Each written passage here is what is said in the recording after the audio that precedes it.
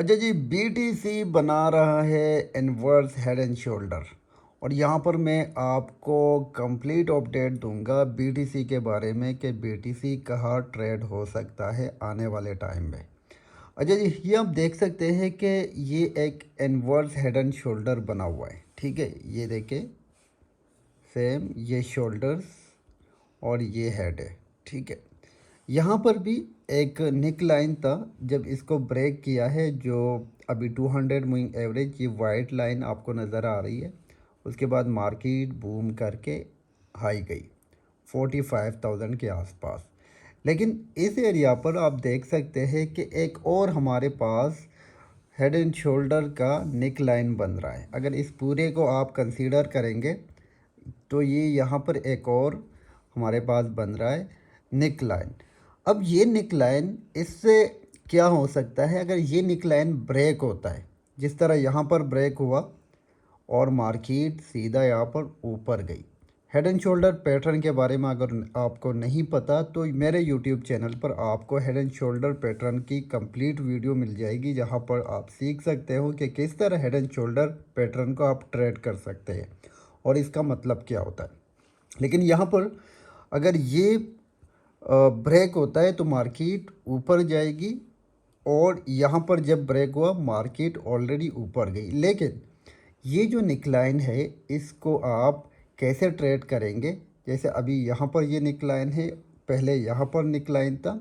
अगर ये neckline break होता है मार्केट ऊपर, अगर नहीं होता तो मार्केट नीचे आएगी।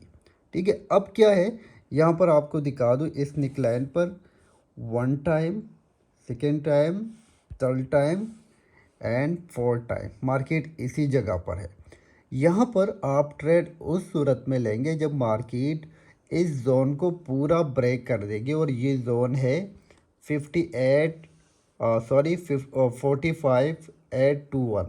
ठीक है, अगर इसको ब्रेक करती है तो मार्केट सीधा 50,000 तक जाएगी, और अगर इसको ब्रेक नहीं करती तो वापस नीचे आएगी। लेकिन यहाँ पर ट्रेड आप किस तरह लगाएंगे? जब ये ब्रेक होगा, अगर ब्रेक से पहले आप ट्रेड करेंगे तो भाई आपको नुकसान हो सकता है। और दूसरा तरीका यहाँ पर ट्रेड करने का ये है कि आप अगर इस रेजिस्टेंस से, ये जो जोन है क्योंकि काफ़ी स्ट्रॉन्ग जोन है, one time, second time, third time, तीन टाइम यहाँ से मार्केट ने रिजेक्शन दी है।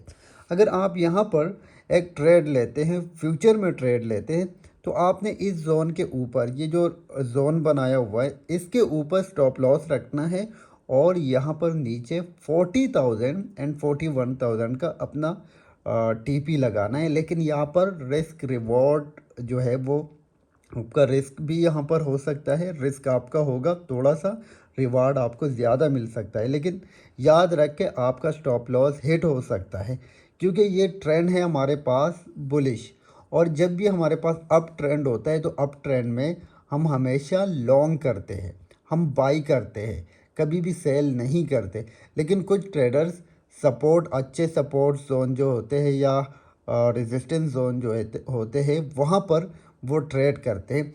जैसे यहाँ पर मार्केट अच्छे एक बाई जोन में थी या अप ट्रेंड में थी, लेकिन इस जोन से रिजेक्ट हुई और फिर से मार्केट नीचे आई, दोबारा यहाँ से रिजेक्ट हुई। तो कुछ ट्रेडर्स ये होते हैं कि जब यहाँ पर देखा कि दो टाइम यहाँ से रिजेक्ट हुई है, तो थर्ड टाइम इस जोन के आसपास से वो शॉर्ट करते हैं, सेल करते हैं, और इसके बाद वो प्रॉफिट लेते हैं। लेकिन अगर ये ऊपर की तरफ ब्रेक होता है तो ये ब्रेक काफ़ी हाई होता है, तो 50,000 BTC जा सकता है बहुत आराम से। अगर ये ब्रेक होता है तो आपका स्टॉप लॉस यहाँ पर होना बहुत ज़रूरी है। तो ये तो हमारे पास BTC का अपडेट। अब आप पर डिपेंड करता है कि आप किस तरह ट्रेडिंग यहाँ पर करते हो। अब आगे मैं आपको कुछ न्यूज़ बताऊँगा। ये है हमारे पास, Ukraine expand crypto donation to accept Dogecoin. Ukraine ने क्या किया है कि आज डोनेशन के लिए, पहले डोनेशन हो रही थी डॉट में, USDT में, सोल में। अब आज जो इनकी ट्वीट है यूक्रेन की तरफ से, कि वो चाहते हैं कि डोज कॉइन भी आप उनको डोनेट कर सकते हैं। देखिए, जो पेमेंट वे है, ये आप ट्वीट देख सकते हैं कि Dogecoin exceeded Russian rouble and value.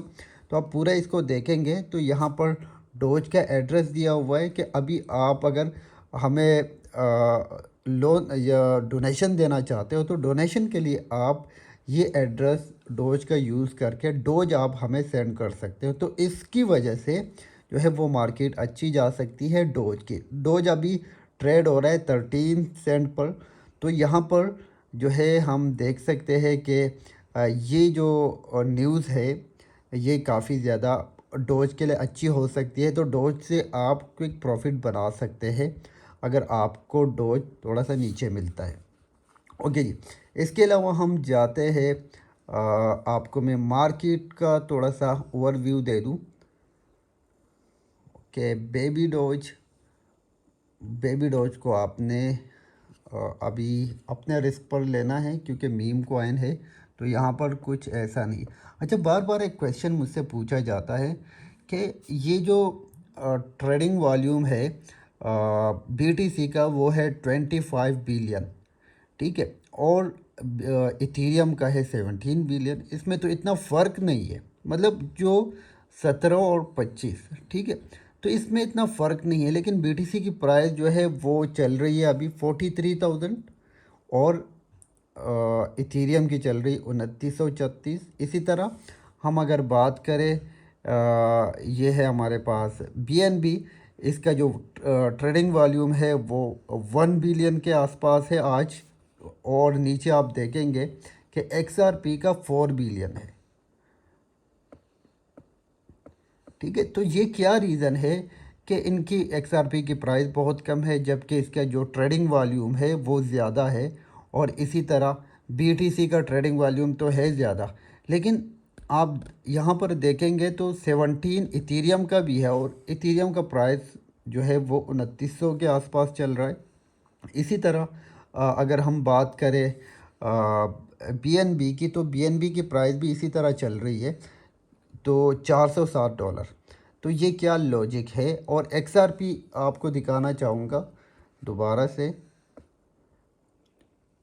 ये है आपके पास एक्सआरपी जिसकी प्राइस है 0.76 और इसका जो ट्रेडिंग वॉल्यूम है आज वो है 3 बिलियन, ठीक है। तो बीएनबी से अगर आप कंपैरिजन करेंगे यहाँ पर बीएनबी के साथ 1 बिलियन और एक्सआरपी का यहाँ पर 3 बिलियन, तो एक्सआरपी की प्राइस इतनी कम क्यों है ये मैं आपको बताऊंगा अगली वीडियो में डिटेल के साथ, और आपको समझाऊंगा कि इसके पीछे क्या लॉजिक होता है। ये काफ़ी जो न्यू यूज़र होते हैं, बिगनर्स है, वो ये क्वेश्चन करते हैं कि ऐसा क्यों होता है कि मार्केट कैप जो है वो किसी कॉइन का अच्छा होता है और उसकी प्राइस काफ़ी कम होती है। ये लॉजिक आपको अगली वीडियो में बताऊंगा।